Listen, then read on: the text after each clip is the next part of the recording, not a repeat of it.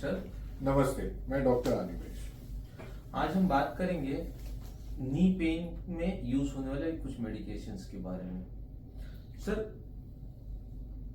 जो knee osteoarthritis रहता है, डिजेनरेटिव नी रहता है, उसमें कुछ मेडिसिन काम करती है। रादर मैं पेन किलर को छोड़ के बाकी मेडिसिन के बारे में बात की। There are certain category of medicine जो कि न्यूट्रास्यूटिकल्स की कैटेगरी में आते हैं and not a pharmaceutical agent directly, like chondroitin sulphate, glucosamine. ये सारी चीजें इनिशियल स्टेज ऑफ आर्थराइटिस और ग्रेड 1 स्टेज 1 ऑस्टियोआर्थराइटिस में ये काम करते हैं। बट जहां तक इन दवा का सवाल है, ये दवा अकेले अपने आप में सारा पेन रिलीफ नहीं देंगे। They are not directly a painkiller, और ऐसा नहीं है कि इमीडिएट लेने से पेन में रिलीफ हो जाएगा। ओवर द पीरियड से 2-3 हफ्ता लेंगे तब जाके थोड़ा सा नी का स्टिफनेस और पेन में रिलीफ मिलता है। ये चीजें कैसे काम करती है सर? एक्चुअली जो कार्टिलेज है हमारे बोन जॉइंट्स में, जो कार्टिलेज रिस्पॉन्सिबल है smooth movement of the joints, वो कार्टिलेज का वेयर एंड टेयर होता है and that is how osteoarthritis develop. तो ये जो मेडिसिन है, these are the building blocks for the cartilage. ये helps in replacing the cells of the cartilage and thereby making them stronger, और उनका wear and tear को slow down करते हैं। They can never reverse the process of osteoarthritis. These medicines can only slow down the process of osteoarthritis.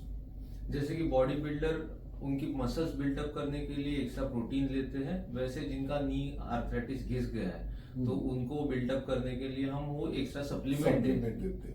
और आजकल जो ये supplements के कॉम्बिनेशन है, उसमें अलॉन्ग विद ग्लूकोसामिन, कॉन्ड्राइटिन, उसके साथ में 2-3 और सप्लीमेंट्स वो मिलाते हैं कंपनी वाले, जिससे कि इन्फ्लेमेशन भी कम होता है। जैसे कि एक ग्रुप है डायसरिन, वो भी, उससे इन्फ्लेमेशन कम होता है और इन्फ्लेमेटरी मार्कर्स, इन्फ्लेमेटरी सेल्स का प्रोडक्शन अगर जॉइंट में कम होगा तो जॉइंट का डीजेनरेशन कम होगा, स्लो होगा। इसमें सर कुछ रिस्ट्रिक्शंस है, मींस इस लोगों ने नहीं लेना चाहिए कोई ग्रुप, या because this medications are available over the counter, without prescription भी मिल जाते हैं। देखिए, पहला चीज ये है कि हमें कोई भी दवा without the supervision of clinician नहीं लेना चाहिए। दूसरा कि अगर आपका नी बहुत ही एडवांस स्टेज में है, एडवांस आर्थराइटिस है, तब ये दवा का कोई रोल नहीं है। This is just a sheer waste of money. और जिन लोगों में किडनी की बीमारी है, उन लोगों को भी ऐसी दवा बहुत ही संभल के लेनी चाहिए। खुद से ये दवा नहीं लेना चाहिए। So to summarize, there are some supplementary or dietary supplements for regeneration of the cartilage, जिसमें आता है ग्लूकोसामिन, कॉन्ड्राइटिन सल्फेट, डायसरिन।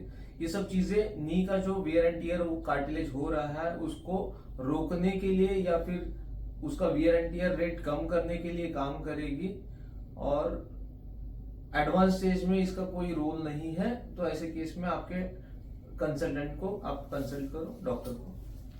Thank you.